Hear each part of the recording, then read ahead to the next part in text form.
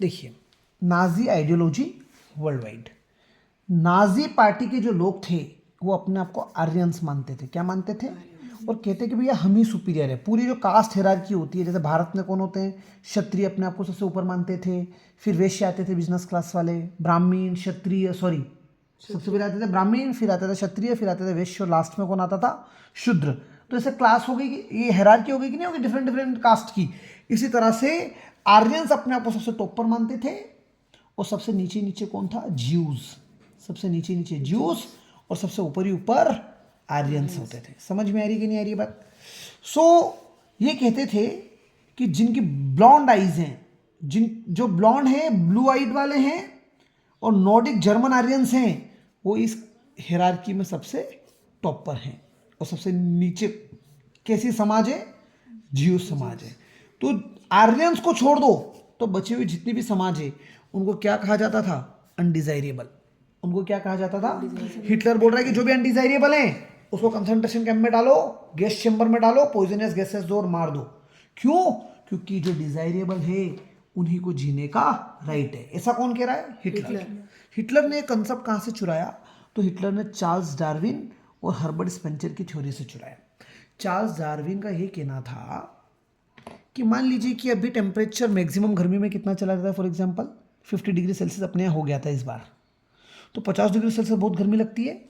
मान लो कि 70 degree Celsius temperature हो गया, तो वही ह्यूमन जी पाएंगे, मैं एग्जांपल लेके बता रहा हूँ सर, वही ह्यूमन जी पाएंगे जो 70 डिग्री पर भी जिंदा है।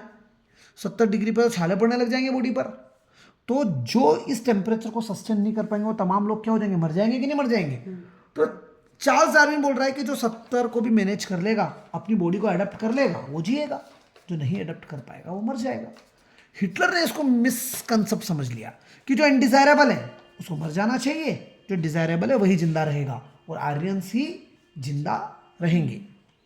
तो डार्विन ने एक्सप्लेन किया था कि प्लांट्स और एनिमल्स जो हैं वो इवॉल्व होते रहते हैं, ठीक है, और जो फिटेस्ट होता है वो सरवाइव करता है। आर्यन ने बोला कि हिटलर ने बोला कि हम आर्यंस हैं और हम ही फिटेस्ट हैं, तो हम ही सरवाइव करेंगे। समझ में आई बात? तो नाजी पार्टी के लोगों ने कहा था कि हम ही स्ट्रॉन्ग रेस हैं, हम ही सर्वाइव करेंगे, बाकी सारे लोग क्या है? वीक रेस है, तो उन्हें पेरिश कर जाना चाहिए, मतलब खत्म हो जाना चाहिए। समझ में आ रही बात? एक शब्द आएगा लेबेंसरम। इसका मतलब क्या होता है? लेबेंसरम का मतलब होता है लिविंग स्पेस। आपसे पूछेगा अगर लेबेंसरम क्या होता है, तो हिटलर युद्ध से दूसरे इलाकों पर कब्जा करना चाह रहा है। ये जर्मनी है, जर्मनी के आसपास के जो इलाके हैं उन पर हिटलर युद्ध करके कब्जे कर रहा है। क्यों कर रहा है? ताकि जर्मनी के लोगों को वहां सेट कर पाए, उनके लिए रहने की जगह बढ़ा पाए, लिविंग स्पेस बढ़ा पाए। इसी को लेबेंसरम कहते हैं। तो हिटलर की आइडियोलॉजी थी कि वो न्यू टेरिटरी एक्वायर करना चाहता था ताकि उसके लोगों को सेटल कर पाए। ये जो न्यू टेरिटरी है इसी को क्या बोल रहे हैं? लिविंग स्पेस या फिर लेबेंसरम। समझ में आई बात? और पोलैंड को लेबोरेटरी बनाया उसने सबसे पहले एक्सपेरिमेंट का। इसीलिए आप देखो युद्ध भी सबसे पहले किसके ऊपर किया था सेकेंड वर्ल्ड वॉर में? पोलैंड के ऊपर। कहानी क्लियर है? अब क्या बोल रहा है हिटलर कि भैया उन नाजी पार्टी के लीडर थे हिटलर, क्या बोल रही है नाजी पार्टी? फिजिकली एलिमिनेट कर दो उन तमाम लोगों को जो अनडिजायरेबल है। फिजिकली उन सभी लोगों को एलिमिनेट कर देना चाहिए, उन लोगों को मार देना चाहिए जो अनडिजायरेबल है।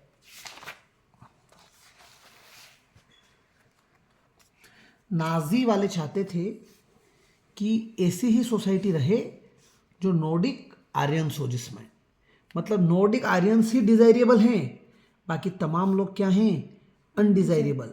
अनडिजायरेबल को इम्प्योर भी कह रहा है वो, एबनॉर्मल भी कह रहा है वो। तो उन्हें हम क्या करेंगे? They have no right to exist, उनको जीने का कोई हक नहीं है। तो एक प्रोग्राम लेके आया वो। प्रोग्राम का नाम क्या है? Euthanasia programme. यूथेनेशिया प्रोग्राम का मतलब ये है कि सभी को मार देना चाहिए। कैसे मारना चाहिए? तो गैस चेंबर में भर दिया, पॉइजनस गैसेस दे दी। तो अनडिजायरेबल कौन कौन थे नाजी जर्मनी में, मतलब जर्मनी में?